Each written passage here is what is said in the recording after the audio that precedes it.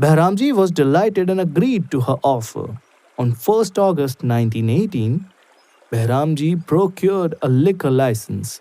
This time he remembered to have it in his own name, and in partnership with Merwanji, opened a new toddy shop at 723 Kasba Pet. Pet is a borough or locality of a city. Merwanji took the business seriously. Each morning from 6 until noon, he worked in the toddy shop. He rose early so he could prepare to open the shop. He cleaned the toilets, swept the floors and veranda, and generally cleaned up the place.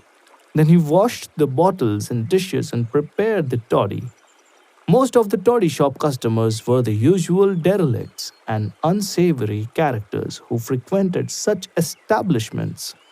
At times, some would have too much to drink, become rude and disorderly, and begin cursing obscenities. Often there were brawls, no matter what sort of men they were. Merwanji would always handle them kindly, gently influencing them to change their ways. Behramji, on the other hand, refused to tolerate any drunken behavior. Not a day passed when he did not beat or abuse someone, usually throwing the fellow out of the shop. However, when Behramji was out of the shop, these uncouth characters were drawn to Merwanji. They were attracted to the love within him. He would spend hours with them, and when they were in a mood to listen, he would advise them to drink less and eventually give it up. Merwanji tried to see that his customers never drank more than they could handle. If anyone wanted to continue, insisting on ordering one toddy after another, he would refuse to serve him. The toddy shop was a refuge not only for alcoholics, but also for vagrants and sometimes sadhus, who would line up outside the shop. Merwanji would reach in till with his slender hands gather a handful of silver coins and fling the money to them. Naturally, news of his generosity spread fast among the beggars, and many came every day. Gradually, Merwanji was preparing and drawing certain persons to him through his loving nature and generous personality. Working in the toddy shop was the medium he used for contacting certain men who would later become his close disciples. From the outside, the toddy shop appeared to be a normal liquor business, but inside it was a tavern for the give and take of divine love.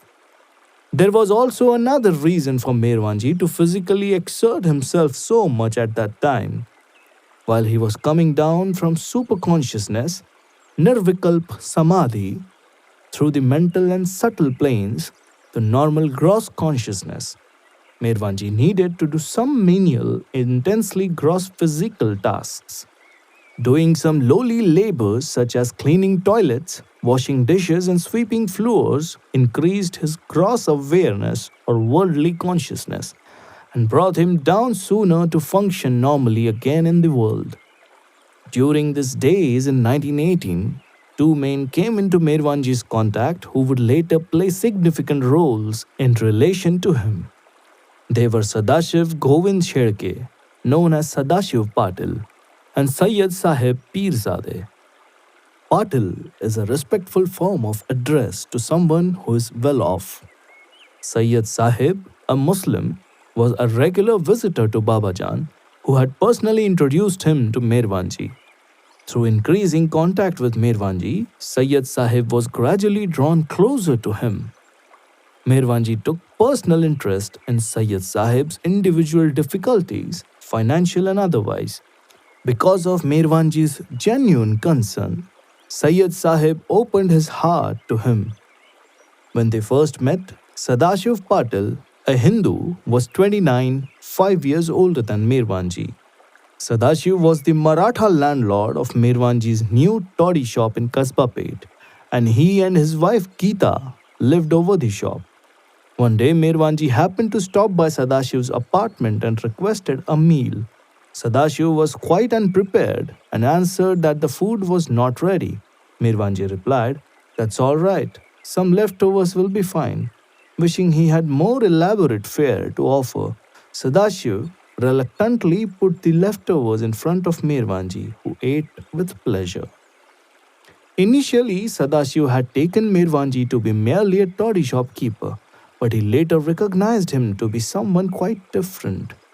It was Sadashiv who, for the first time, used the appellation Merwan Seth in referring to Mirwanji. Seth is a term of respect and means a person of influence. No one yet acknowledged him to be a God realized master, although most of his acquaintances thought him to be extraordinary. Some accepted him as a staunch, devout disciple of both Baba Jan and Upasni Maharaj, but no one thought of him as a saint or spiritually advanced soul. However, although Mirwanji was only in his mid 20s, young and old alike looked upon him with respect. So from 1918 onward, Mirwanji was called Merwan Seth by the people living in Kasba Pet.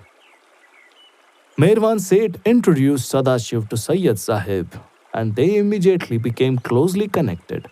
Later, Merwan Seth would take either man with him when he visited Upasni Maharaj. It was through Merwan Seth that both came to recognize Upasni's greatness and spiritual authority as a perfect master. As mentioned, both men served as personal messengers for letters and messages passing back and forth between Merwan Seth and Upasni Maharaj. Another devotee from this period was a Muslim named Ahmad Abbas, later nicknamed Khak Sahib, who had grown up in Pune. Ahmad became acquainted with Merwan Seth during 1914, soon after Babajan had given him God realization. But it was only later, when Merwan had the toddy shop in Kasbapet, that Ahmad began following him as his master. After working at the toddy shop in the morning, Merwan Seth would go home and have only a small vegetarian lunch. Then, going to his room, he would start striking his forehead on the flagstone floor for as long as 4 hours. If he did not do this grim practice at home, he would go to a secluded spot near Ferguson College or to an area known as Jangti Pir instead of the Tower of Silence or the Golibar area as before. Jangti Pir may be referring to the area in the vicinity of Jangli Maharaj Samadhi. Once, when Merwan was banging his head on the floor at home, his mother heard a thudding sound coming from his room. The room was always kept closed, so she was never aware of what he was doing. But this particular day, Mimo pushed the door open and was aghast at what she saw. She shrieked loudly, and Bobo, Jal, and Behram came running. Merwan had blood all over his face. Crying, she asked, Merag, have you gone mad? Are you insane? Wiping the blood off with a towel, he said, I'm not mad. I have become something else. Disgusted, Mimo turned to Bobo and complained, Look at your son. Who else but a madman would bang his head on the floor? Bobo tried to defend Merwan. No, Shirin, it is not so. It is the other way around. Merag is not mad, believe me. You are also mad, Mimo declared. She was terribly upset after seeing Merwan's strange behavior and became increasingly worried that her dearest son really was now permanently and incurably insane. Mimo wept bitterly, cursing Babajan, Upasni Maharaj, Sai Baba, and all the other holy men who had ruined her son's beautiful life.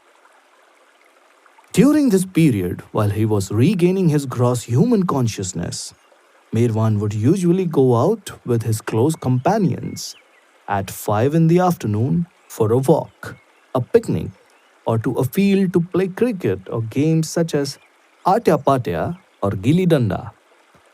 Atya Patya is played by teams in a large rectangular field with many horizontal lines and one bisecting vertical line. Each side attempts to reach the other's goal without being tagged. After playing, all his friends would be treated to refreshments of sweets, fruits, or tea. On these occasions, Merwan would spend between 5 to 10 rupees, which in those days was considered a lavish amount. In a natural manner, all his friends would speak openly and honestly with him about their lives. With empathy, Mirwan Seth would patiently listen to their troubles and other suggestions to solve them. Gradually, every acquaintance yearned for more and more of his company and would take every opportunity to be with him. Mirwan Seth never favored any religion, caste, or creed above others. All are from one God, he would emphasize, and he would write poems and shairis, couplets on this theme. He advised others not to criticize other religions and to respect all religions as our own. These four lines, taken from one of his early poems, show the depth of his understanding and the purity of his thought about other religions.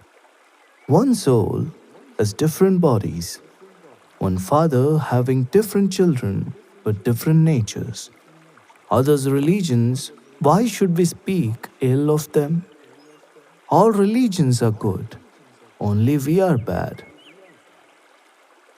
Merwan Seth gave this simple explanation about God and religion. Basically, religion is one, there is only one religion. The source from which this religion has come into being is continuous despite the lapses of ages. Yet several branches have come forth from this one religion, such as the Zoroastrian, Hindu, and Mohammedan religions. There have been many others. For example, water from the tap fills different pot for different purposes, like washing, cooking, drinking, etc. The source, the tap, is the same. Similarly, the Hindu or Mohammedan religion or the Zoroastrian or Buddhist or Christian religion spring from the same source, which is God. Occasionally, Merwan Seth would revisit the toddy shop in the evenings, but no matter how large the crowd there would be or how busy the shop was, he would not lend a helping hand to Behramji. Instead, he would politely excuse himself and go to the house of a Muslim named Munshi Sheikh Abdur Rahim. Munshi Ji was the storekeeper at the Public Works Department in Pune. His office assistant was Sayyid Sahib, through whom Munshi Ji had heard about Merwan Seth. One day, Merwan went to Munshi Ji's office concerning some business with the toddy shop. Without knowing who he was, Munshi Ji was so taken by Merwan's appearance that he could not even say, "May I help you, sir?" Munshi Ji simply stared at the striking figure and wondered who this young man was. Merwan introduced himself and proceeded to get his work done. After he left, Munshi Ji longed to see Merwan Seth again. Soon after, Sayyid Sahib invited Merwan Seth to visit Munshi Ji's home. Munshi Ji inwardly recognized Merwan Seth to be someone spiritual or highly advanced and offered his home near Sasun Hospital as a center for Merwan Seth's activities. His offer was accepted. Munshi Ji, 42, was a faithful Muslim, but he was also a generous, simple-hearted, unassuming person. He believed in the prophethood of Muhammad but was not orthodox. He enjoyed socializing with his friends, but most of all, he enjoyed playing cards. This he hesitated to admit to Merwan Seth, thinking it was not spiritual. One day, Merwan Seth casually asked, "Munshi Ji, why don't you ever play cards?" Munshi Ji haltingly answered, "I do, but in your presence I would not." Merwan Seth interrupted, "What harm is there in playing cards? I will play a game with you." Munshi Ji was overjoyed.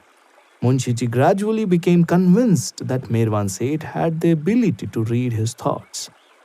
One evening he was thinking, "For some days now, I have been eating meat.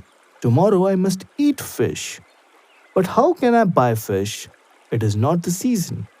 The next morning, Munshi Ji was surprised when he saw Merwan Seth bicycling toward him carrying a large fish in his hand. Merwan smiled and handing the fish to Munshi Ji, pedaled away without a word. This incident convinced Munshi Ji that Merwan Seth knew everything, for he had not told anyone of his desire to eat fish. Another evening, Munshiji went to bed with a fever. He woke in the middle of the night, took a bath, and swallowed two quinine tablets. Early the next morning, Mirwan Seth came to his house and said, "What a novel remedy you took for your fever. A bath in the dead of night and two tablets of quinine." Munshi was again wonderstruck at Mirwan's omniscience. A group of Merwan Seth's friends and associates began gathering every evening at Munshiji's house. Merwan Seth would have the Diwan of Hafiz read for an hour or two and explain the poetry's mystical meaning to his comrades. Afterward, the group would sometimes play a game of cards or have some light entertainment. Munshiji, a bachelor, was a good cook and would serve some food. Thereafter, Merwan would depart to visit Baba Jan under her neem tree. Sitting with Baba Jan every night and scratching her back, along with striking his forehead against stone during the day, were the only two daily activities that Merwan Seth never missed during this period. It is noteworthy that Merwan Seth had especially chosen Kasba Pet for his toddy shop. Kasba Pet is the oldest part of the city. At the time, it was a neighborhood of mostly boys, lower caste fishermen. They were uneducated, simple men who earned their livelihoods by catching fish at a nearby river. And although they were virile, hearty fellows, they were devoted to Merwan Seth. Thus, similar to Jesus of Nazareth, Meher Baba's initial work of drawing others to him began with these fishermen. The toddy shop became his net wherein the local fishes were caught. But others too were hearing about the extraordinary Irani toddy shop owner. Sadashiv was by then intimate with Merwan Seth and spoke often about him to his friends and associates in the courthouse where he worked as a clerk. They in turn would come to the toddy shop to meet Merwan Seth. A room adjoining Merwan and Behramji's toddy shop at 721 Kasba Pet was rented from Sadashiv. Merwan Seth instructed that it be used as a place of worship. The little room was completely transformed and became a small temple. Paintings and photographs of different perfect masters and saints were hung on the walls. A photograph of Upasni Maharaj was given the most prominent position. Hindu Aarti and Puja ceremonies were performed every morning and evening, usually led by Merwan Seth himself, who would afterwards distribute prasad of fruits or sweets. Special public programs were arranged on Thursdays and Sundays, the traditional days of worship in India. Once a genuine saint, whose name was Khwaja Sheikh Salahuddin, had lived in Kasba Pet. Although this saint was of the Mohammedan faith, both Muslims and Hindus would take darshan at his tomb located there. As a consequence, both Muslims and Hindus would approach Merwan Seth when he became recognized as someone of elevated spiritual status. To maintain a harmonious atmosphere of brotherly love between the Muslims and the Hindus was no easy task. Merwan Seth paid particular attention to satisfying the individual needs and respecting the values of both these religious communities. The Hindus were allowed to perform arti, bhajans, and kirtans as well as other rites. Whenever the Muslims attended, Qawwali songs would be played, the singing often led by Merwan Seth, accompanying himself on an Indian drum called a dholak.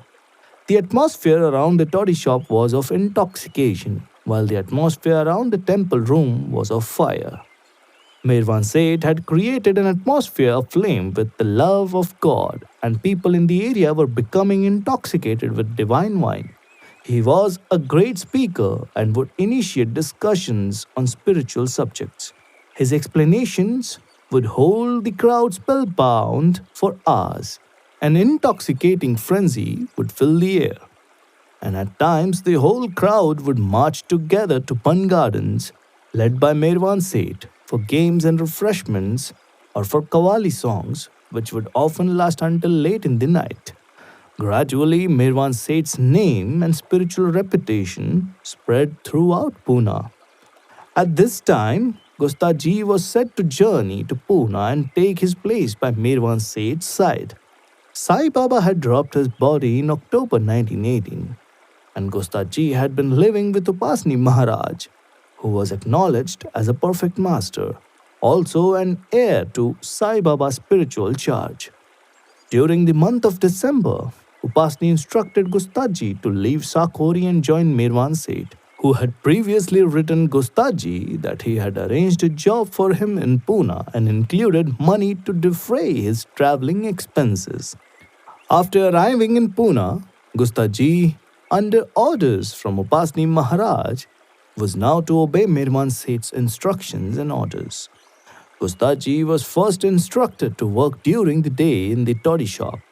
He would then perform the daily puja and aarti ceremonies in the temple room next door and, as per Merwan Seth's instructions, spend all night with Babajan on the street under her neem tree. Gustaji got little or no rest. However, because Babajan did not sleep and he had to attend to her every need. It was winter and cold at night, and Gustaji would carry wood on his head from the toddy shop to Babajan's area to make a fire to keep the old woman and himself warm. After a few months, Gustaji suggested to Merwan Seth it would be more proper if Babajan had a better place on which to rest than the dirt road. Merwan Seth agreed, saying, "But first find out if it is all right with her and ask if a wooden platform is good enough." Gustaji asked Babajan, and again she agreed. Merwan Seth paid for the platform and arranged to have it built. Again, after few months, Gustaji approached Merwan Seth, saying it would be more proper if Babajan had a better place on which to rest. How about having a mattress made? Merwan Seth agreed, then said, "But first find out if it is all right with her." Gustaji asked her.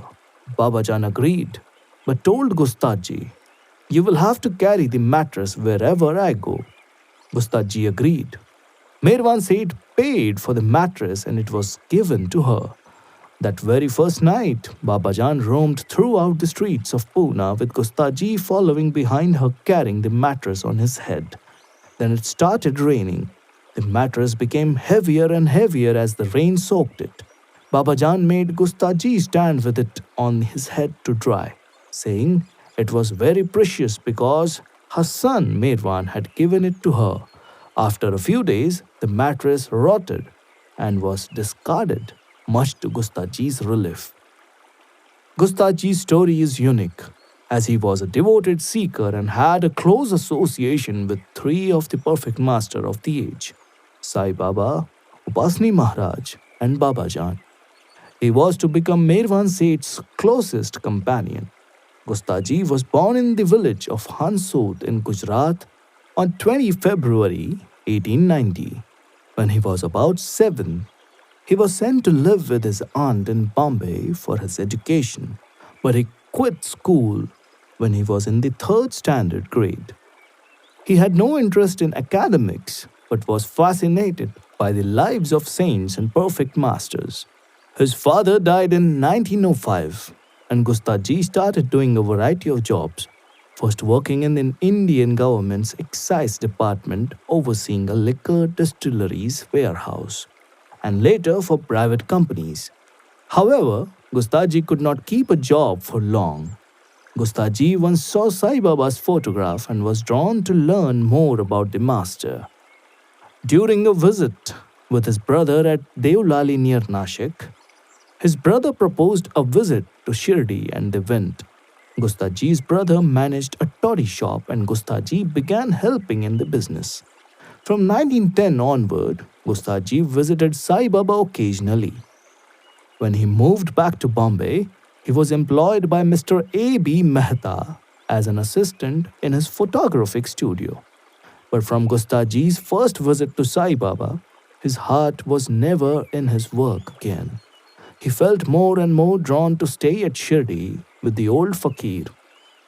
He visited Sai Baba every month. sometimes staying 4 days and once for as long as 20 days. At Shirdi, Gustaji also associated with Upasni Maharaj and would visit Maharaj at the Khandoba temple. As related, it was during April 1917, while he was working for A.B. Mehta, when he first met Merwan at Sion in Bombay. Gustaji recalled that he had seen Merwan in Shirdi in December 1915 when Sai Baba declared that Merwan was Parvardigar, but he did not meet him at that time. By 1918, Gustaji had been made a manager of a liquor store in Bombay, also owned by A.B. Mehta.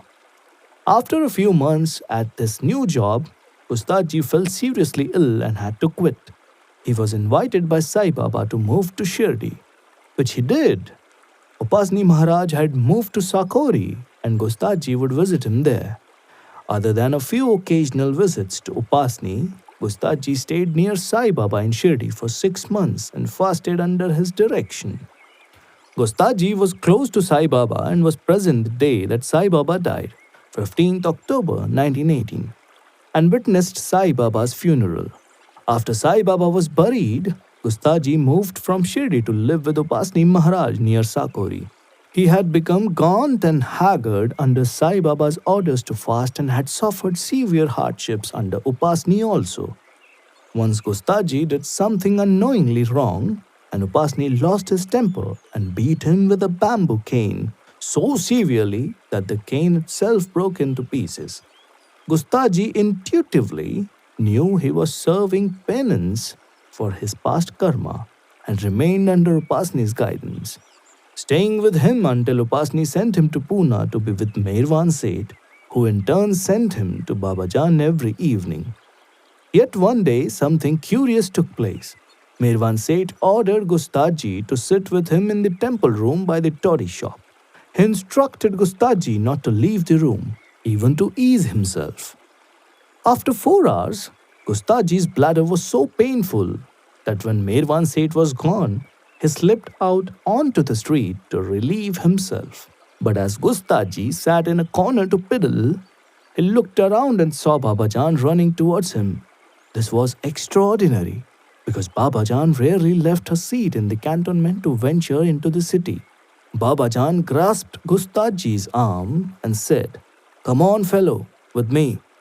She looked pleased, and Gustaji summoned a Tonga to escort her back to her seat. Just as the Tonga was nearing Babajan's neem tree, Ahmad Abbas came alongside on a bicycle, panting furiously. He pulled Gustaji out of the Tonga onto the road. Ahmad Abbas told Gustaji that Merwan Seth had ordered him to go as fast as his bike would carry him to Babajan's tree and prevent Gustaji from reaching there. Merwan Seth had explained that if Gustaji reached there with Babajan, then Gustaji's connection with Merwan Seth would be severed. Ahmad Abbas had arrived just in time. Another minute and it would have been too late. Gustaji then understood the importance of carefully obeying Merwan Seth's instructions. Gustaji thus became one of the first among Merwan Seth's circle of disciples. His younger brother, Ardeshir and Hansotia, nicknamed Slamson, had also had contact with Sai Baba and Upasni Maharaj and now became one of Merwan Seth's close associates.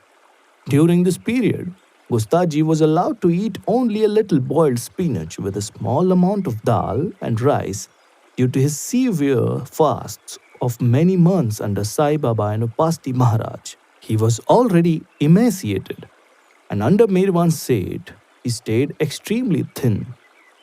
After some time, Merwan Seth allowed him to eat regular meals. However, at that time, Gustaji was more interested in performing the Aarti and Puja ceremonies than in taking care of his body. Merwan Seth tried to persuade him to eat more regularly.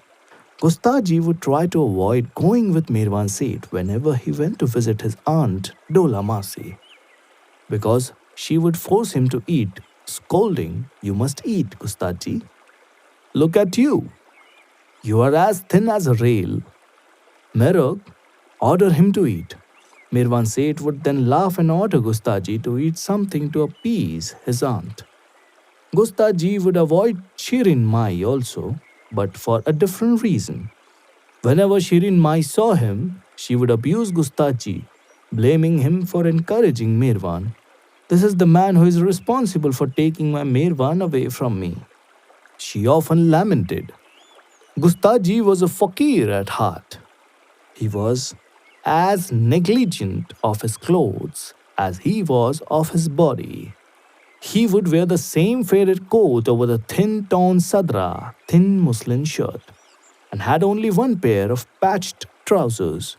He never wore a cap. Whether in the afternoon sun or the cold of winter, he would simply tie a handkerchief around his head for protection. On 15 December 1918, when Merwan was 24 years old, a sister named Manija was born in Sassoon Hospital. Merwan was the first to see the baby as soon as she was born. He picked her up and kissed her, even before the nurses could give her a bath. While Mimo was in the hospital, Merwan would often cycle there, bringing food for his mother. When Mimo returned home with money, he would come to the house to see his baby sister. He would often sit rocking her cradle, singing to her. Mani is extremely fortunate, he remarked. She is mine. Sheriarji's family had grown quite large with 6 children. So on 15 February 1919, he purchased the house across the lane from Bhopla House at 765 Butler Mohalla.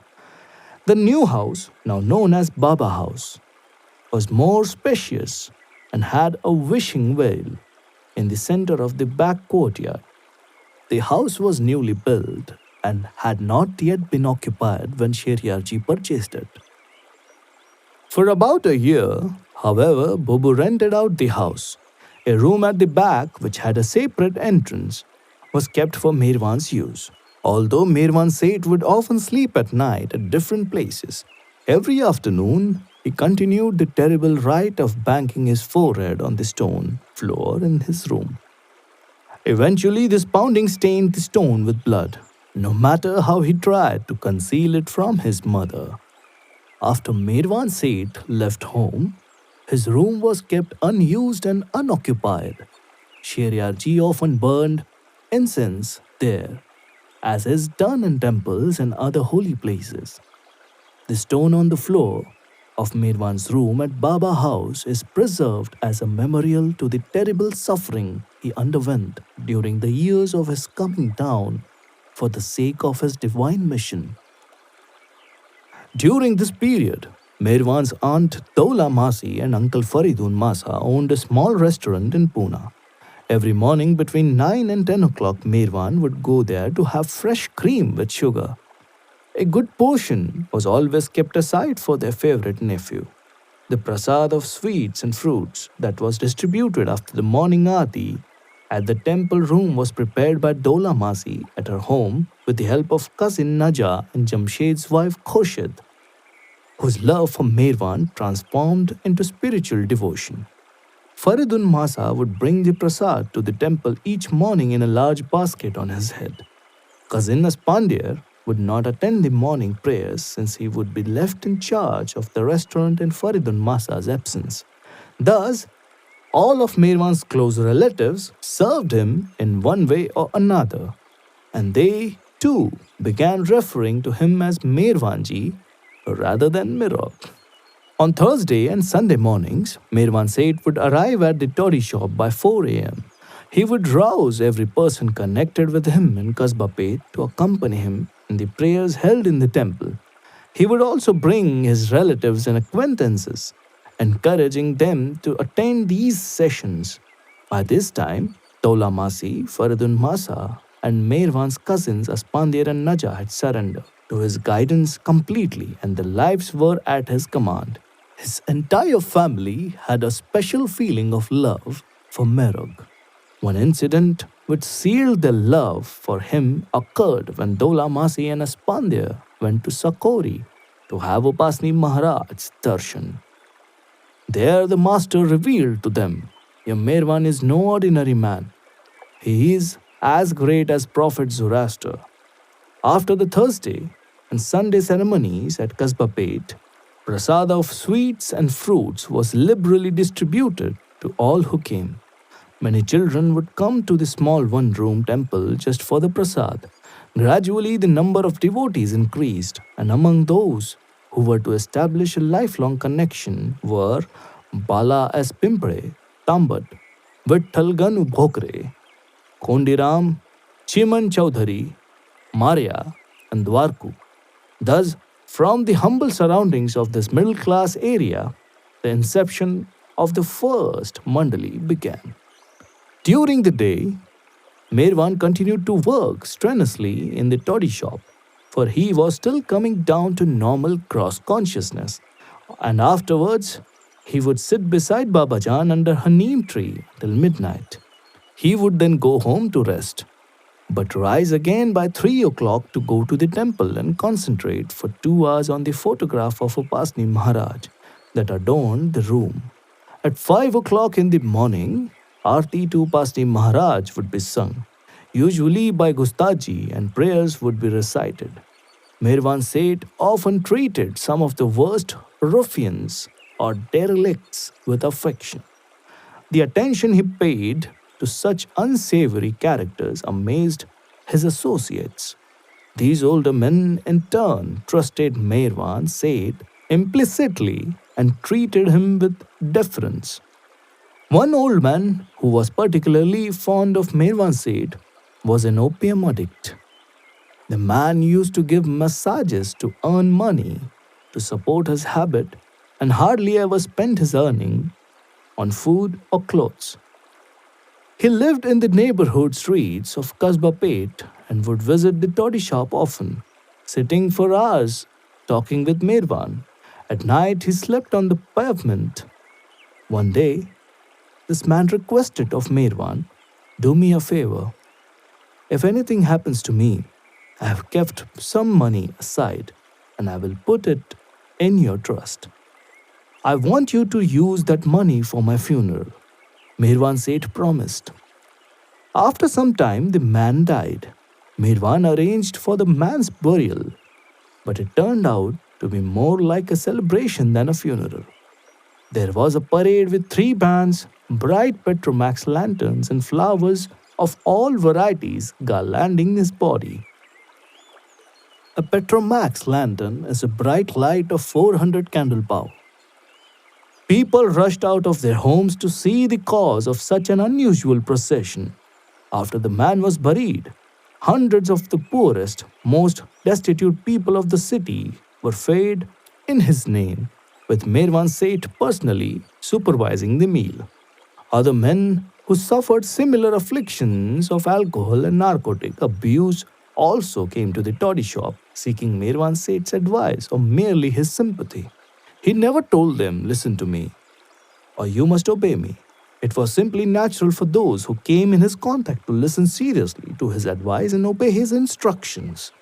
For example, one man who sold ice cream in Pune was called Kai Khushru Ice Cream Wala. Kai Khushru and his wife were childless, but he loved Merwan Seth as his own son. Kai Khushru was a drunkard, and his wife complained to Merwan Seth about his drinking. Merwan Seth told him, "Look, you're spoiling your health. Stop drinking. I will give you a free bottle of toddy every day if you do so." Kai Khushru tried to stop, but sometimes he would become so angry he would take a drink to calm himself. But he would always come to Merwan Seth to confess his breach. Merwan ji would ask him, "Why did you break your promise? You should have come to me and I would have given you something. Next time, remember." Merwan Seth would spend the profits from the toddy shop on the temple prasad or give it away to beggars or sadhus who sought alms at the shop's doorstep. Being a fakir by nature, Merwan had few physical needs, but age knew that Merwan Seth possessed the greatest treasure of all, love, and all in Kasbapet were mad to seek his presence and receive more treasure from him. One day, while Merwan Seth was distributing prasad in the temple, a 15-year-old boy came forward and held out his hands to receive the sweets. Mirwan Seth asked his name, and the boy replied, Vishnu Narayan Devrukkar. What do you do? Mirwan Seth inquired. I go to school, the boy replied. Where is your father? He is dead, Vishnu said. Mirwan Seth looked into the boy's eyes with compassion and said, From now, I'm your father. What do you mean, Mirwan Seth? Asked the boy. I don't understand. Mirwan Seth smiled, handed him some prasad, and rubbed his head. The boy then scampered off.